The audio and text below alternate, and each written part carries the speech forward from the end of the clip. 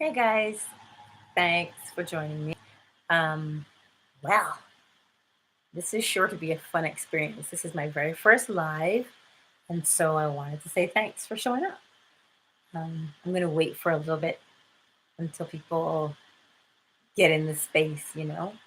Um, and then we're going to talk about breaking a habit in 9 hours. Ooh, the thrill and the excitement. Yes. Let me just check this. And perhaps.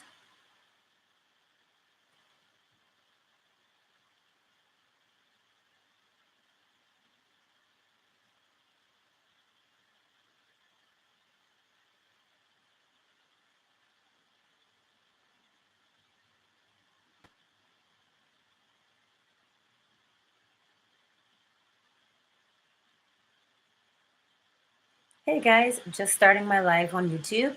So head on over to my YouTube channel, Positively Angela, and let's get started.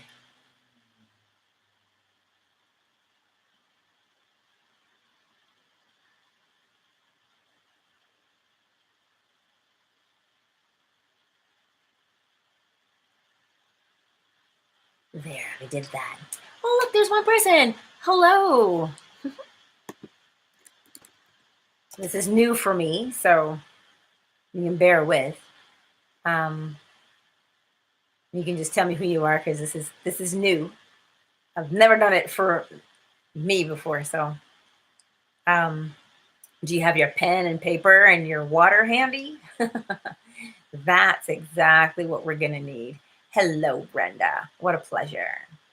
And it'll be up here after the stream has ended anyway. It'll be up here for people to replay. I hope you have your questions, Brenda. I sure hope you do. So let's get started. Breaking a habit in 9 hours or less. I look down because I'm using my trusty handy notes on my iPad. It's just that most of us, like everybody, we think all day long, right? All day. You're at work at your desk and you're thinking about something else other than what you're doing because it has become mundane, right? Or mindless. So we don't even realize that we're thinking. And the way to know what you've got going on and what you need to break, for instance, if you are sitting at your desk or you're walking somewhere, that thought that's predominant will be in your head. So choose the habit that you want to break. That's the first step, right? There's 4 steps here. And the first one is to choose the habit.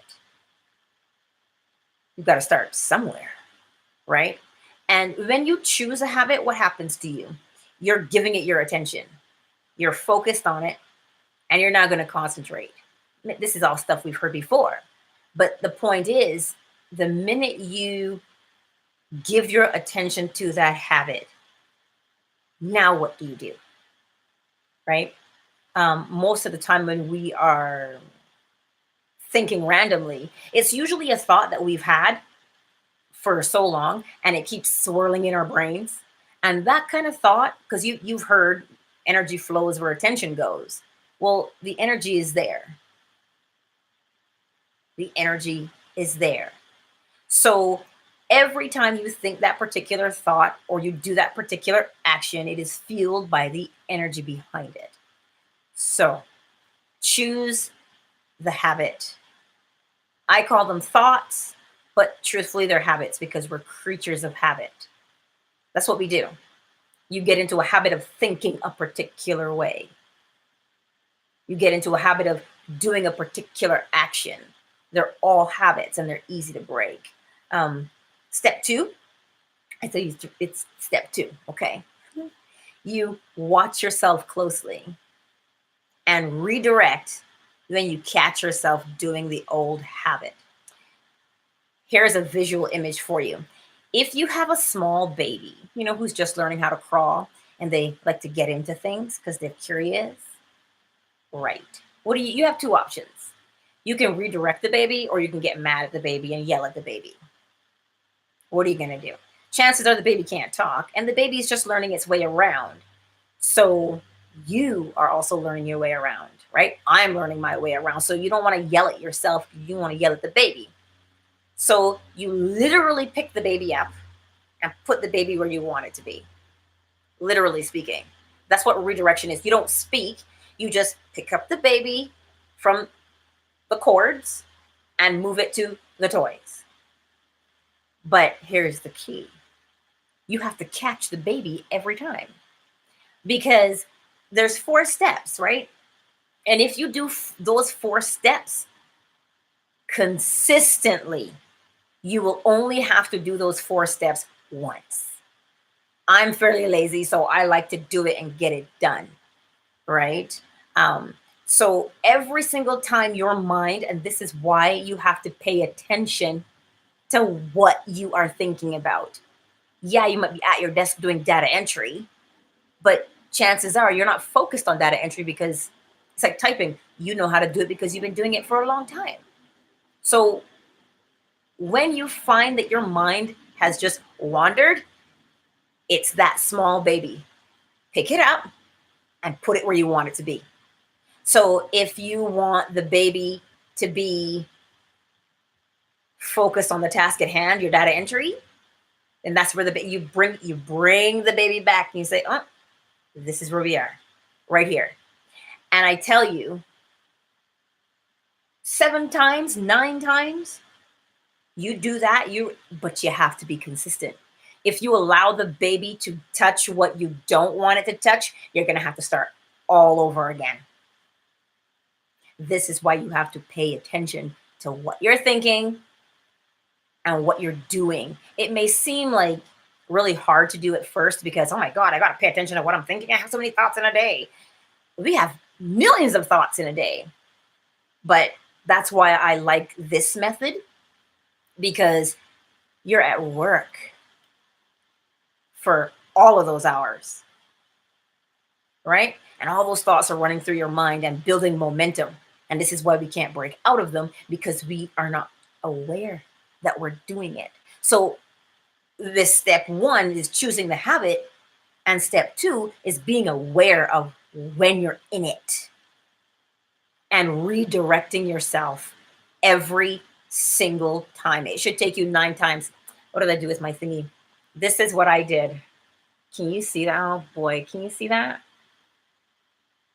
Every time I was at my desk and I was thinking about something other than, it was a particular thought, right? And every time I thought about it, I put a line on the paper. That's how many times I thought about it in 4 hours. Just that one thing in 4 hours. So that's what I'm trying to tell you. That's what I do. Every time I have that thought, I literally put the pen to the paper and say, oh, and now here's what we do. The redirection. The scenario for me was, I had this coworker. I don't want to say we couldn't see eye to eye. I don't want to say that, but it was kind of, strenuous to be around. So one day I said, you know what? This is really draining me.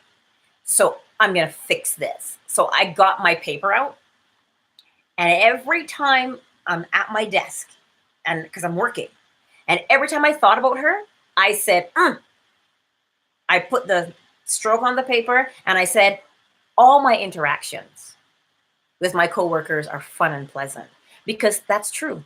I can't go anywhere without somebody saying, hey, Angela, how you doing? And hugging me or asking me how I'm doing, all of my interactions. But that was the only one that was, and it didn't annoy me because it was the only one. It annoyed me because of how I reacted to it. Whether, if she was having a bad day, everybody knew. And so I decided, you know what? Enough is enough is enough. I cannot be this way anymore, because this is disrupting my day. And I looked at that paper when I was done, and there were over 48 times I thought about her.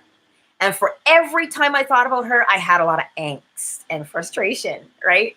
So that was step 1 and 2. I recognized that I had a problem. She didn't have a problem. I did.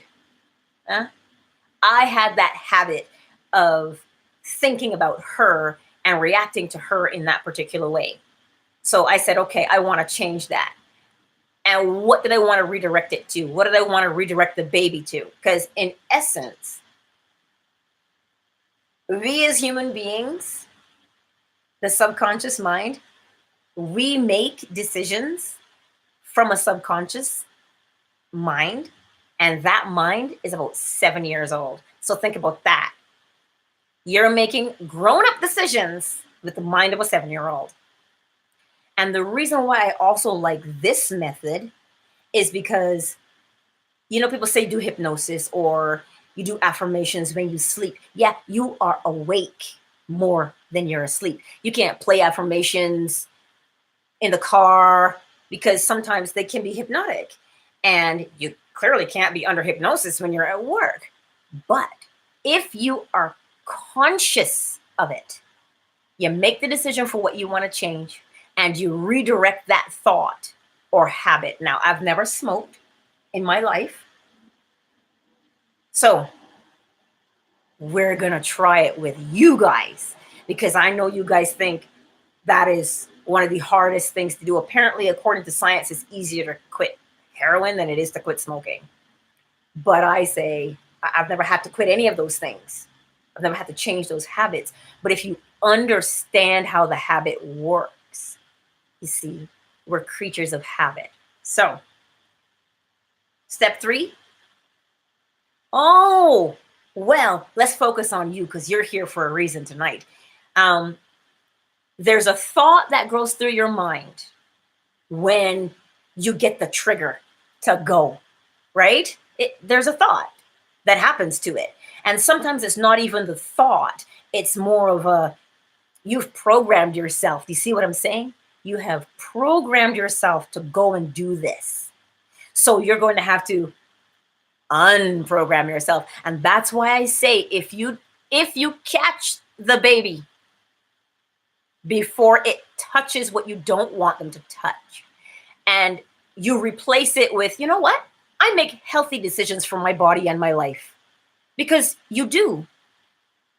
You actually make healthy decisions for your body and your life. So when you get the thought and the desire to go and hang out with your friends for a smoke, as soon as you are aware of that thought in your head and in your body, you get out your paper, you get it out. It seems rudimentary. It seems like it's hard work. But this is the easiest thing you'll do. So you get out your paper. And when you get that desire, you put the stroke on the paper and you say, I make healthy decisions for my life and my body.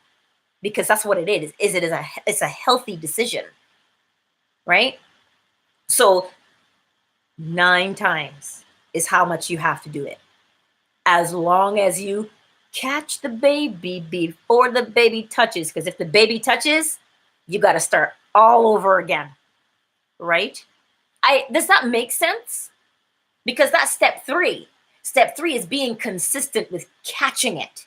You have to catch it. You can do, like, there's nothing wrong with hypnosis. There's nothing wrong with affirmations. Nothing. The issue I take with them is they're like painting over a rusty bike. The rust on the bike is the old programming. You can't repaint a wall without stripping it first, right? That's what you have to do with the old habit, because that's all we are, is the habit. So you're replacing one habit for another. I tell my son all the time, only practice what you want to get good at. So you've practiced for a lot of years giving in to the desire because it makes you feel good. Honest. Usually when we do something, it's more along the lines of, are you trying to escape something? And I tend to not look that deep because sometimes we can get caught up. The devil's in the details. What you want to focus on is you want to quit that habit. Every time you get the desire, You redirect the baby. You say, no, I make healthy choices for my life and my body every time. So if that means telling your friends, well, enjoy it without me, they may enjoy it without you 4 or 5 times in that day. You may slip up once. Yeah, you just got to start over. You just got to start over. That's the whole point. People say 21 days to do a habit, but you are awake and you are at work or you're at home. It doesn't matter. You are awake. You have to change it. There's this scripture in the Bible, because, you know, when I was growing up, I was raised as Christian. When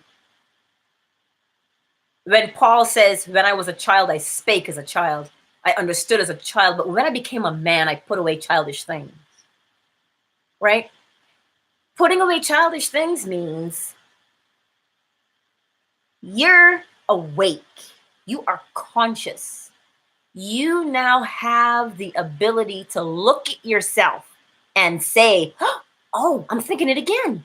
I'm thinking it again. And at the end, when I saw how many times that person was in my mind, you know what it did to me? I was like, wait, what? Are you paying me for that mind space? No, you're not. That's all it is. Those 1, 2, 3 things. But the secret lies in, I always say, catch the baby, because that's what we're doing. And this is what helps us to not be hard on ourselves. Oh my God, can you quit? And that's not good self-talk at all, because that's not going to encourage you to stop. So as long as you're awake and you catch yourself every time you do it, but you cannot lie to yourself. When I told myself that all my interactions with my coworkers are fun and pleasant, that was the truth. So if you know that you want to quit smoking, you're going to have to, and because you're talking to a 7-year-old for your subconscious, you can't tell a 7-year-old a long, convoluted thing. You have to be short, concise, and to the point. I make healthy choices for my life and my body. And the reason I say 1, 2, 3 and step 4 is if you miss any one of those redirectings, you got to start over. That's step 4. We're going to recap those in a minute, but I want to say, if you are focused, and we're not, we do not know how to focus. Everybody talks about the law of attraction and, oh, you can bring this thing into your life. You can manifest this, you can manifest that. But the issue is the skill that is required to manifest something is having the ability to focus a single-minded task. The brain does not like to juggle and multitask. No matter, you've been in a job interview and you said, oh, I'm a great multitasker. The brain doesn't like that because no job gets done. The brain prefers one task at a time, which will help you to focus. That's what, if you do these 3 steps, if you do them, you're going to walk away with the ability to focus. And when you walk away with the ability to focus, you also walk away with the ability to tell your mind what you want to do, not what it thinks you should do based on past actions, because that's what it does. It says, you know, if you're afraid of spiders, well, you program that in there, right? And so now every time you see a spider, your brain says, oh, we're afraid of those. So you behave in a certain way. That's your brain telling you what to do. You have to tell your brain what to do. Like, for instance, if you're doing data entry, like numerical data entry, you're looking at the numbers, you're not looking at the keypad, your fingers are just going. And so your mind is going to wander, right? Oh, what should I make for supper? I should call this person. Oh, I should do that. No. Redirect the baby. You say, no, we're focusing on data entry. And even one step further, before you sit down to do your job, you tell your brain, hey, we're going to do data entry today. How about you make me faster and more accurate? Give your brain something to focus on, because that's its strength. but that is also its weakness if you don't know how to use it. So that's why when I say you want to break your habit, you've got to say, okay, we're reprogramming this. Every time it comes to my attention, we are going to change it with this. This is the new program we're going to put in because you're awake. And now something that I also help people do is, now that you've done all that for 8 hours, imagine you're practicing focus for 8 hours. Do you know how incredible you're going to be? Manifestation won't be a problem for you because you're at work all day, every day, right? So what you do with that is, now you say, okay, we're going to focus on this. And anytime this comes to mind, we're going to replace it with this program. So that's what you do when you're awake. Now, when you're going to bed, you can play those affirmations. Why can you play those affirmations in your head? Because you've spent all day scraping away the rust from your bike with the old programming. That's what makes it more effective for you to break habits. And I don't even like saying break, just relearning something else, right? Because you spent all day catching yourself and saying, okay, this is where I want to be. And then when you go to bed, you're simply reinforcing it with an affirmation that is tailored to fit what you went through for that entire 8-hour shift. Does that make sense? I feel like I'm just preaching, but that's what I'm trying to convey. Like, you have it in you. And even that thought that says, oh my God, that's going to be hard. That is also a habitual way of thinking. You don't just decide that something is hard based on, willy-nilly. You've had prior experience with this, and it is mind over matter. Brenda, you're correct. And this is the key. I don't know if you know the 7 hermetic laws that govern the universe, but mind, when you say mind over matter, I don't think we understand what it really means. Because mind creates matter, but you've got to be able to focus and hold that image in your mind in order to create it. You can't say, I'm manifesting that promotion, and then 20 minutes later, oh my God, I hate that person. Oh, I need to smoke. Oh my God, and you've got all these balls in the air. And where's the promotion? That thought is gone somewhere else.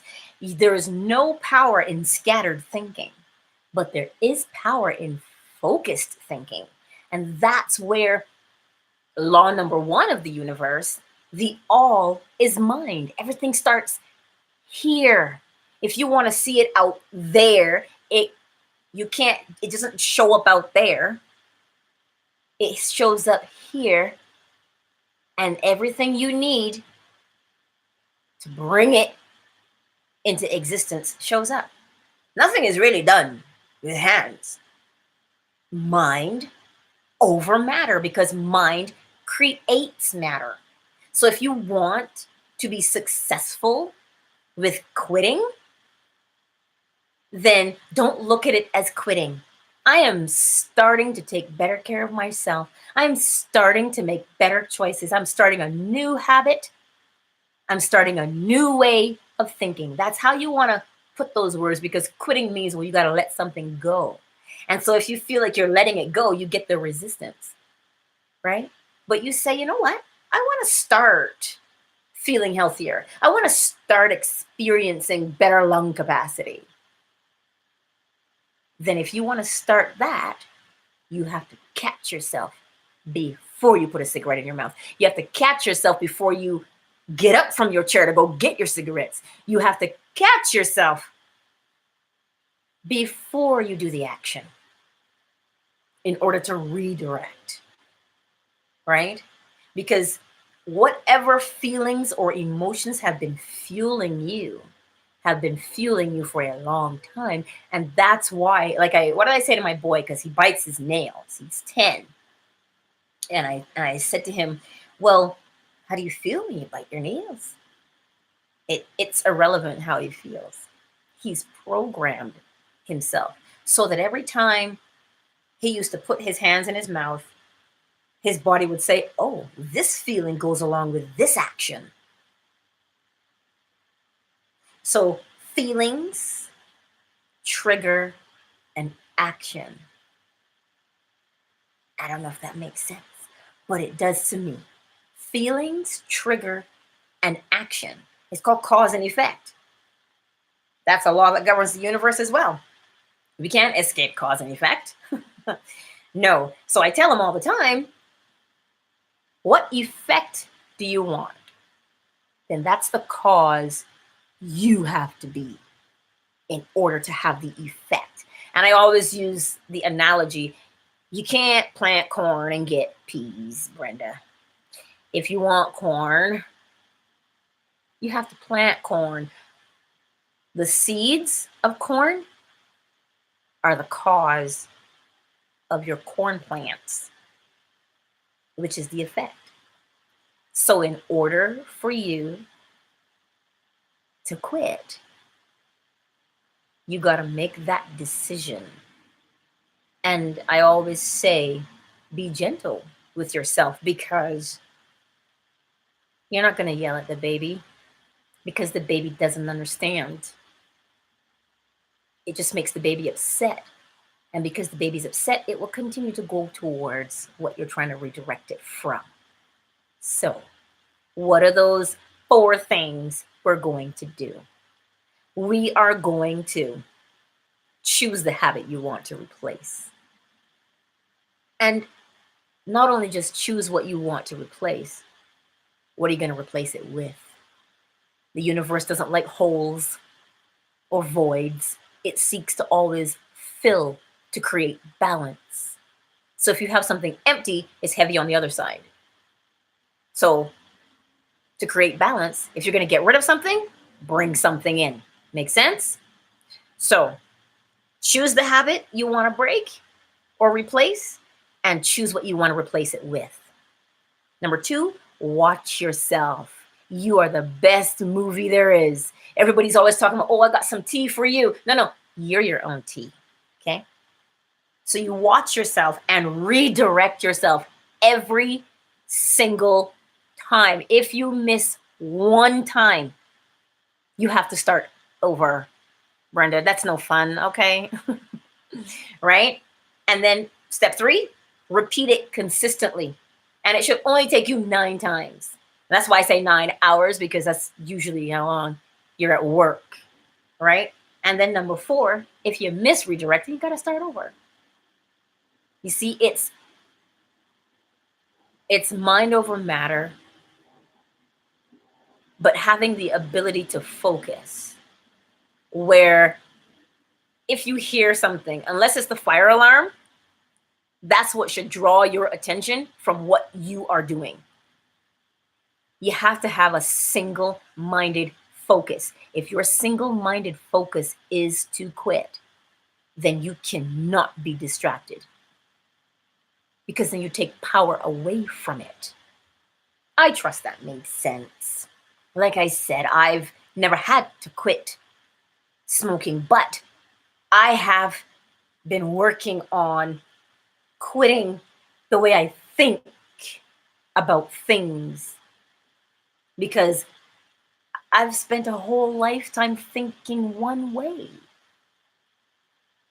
right? All habits, it doesn't matter what the habit is. What matters is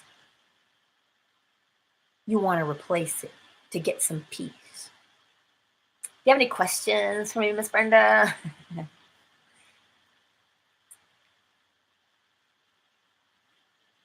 I'll give you a minute. Or you can email me at info@positivelyangela.com for, anonymity. I'll put that up so anybody can email me if they have questions. you know. It really is just practice. The more you practice, the better you get. That's why I say practice what you want to be good at. Your mind does not know and does not care what you practice. It doesn't discriminate. Your brain doesn't discriminate. I'll post a link to was Earl Nightingale. I'll post a link for him. He gave a really good analogy, and he said your mind is like a fertile farm, piece of land, and you're going to plant 2 seeds. You're going to plant corn, and you're going to plant nightshade. Your brain doesn't care what you plant in it. That's where your consciousness comes in. You're awake, your eyes are open, you are breathing. You decide what you want to put in there, and then you water it by giving it your attention. That's what you do, right? I trust that made sense. And email me or leave a comment, and I'll answer some questions. Not because I know everything. I know nothing, okay? I know nothing. I am simply a student of life, and I learn by observation and paying attention. That's how I learn. And yeah, school too, I did. Yeah. But other than that, that's what we need to do. I don't know more than you, because Confucius says when one teaches, two learn. So I learned as well. It's reinforcement for me to keep practicing, right? Keep practicing what I want to be good at. And with that, my dear darling, I bid you good night. Much love.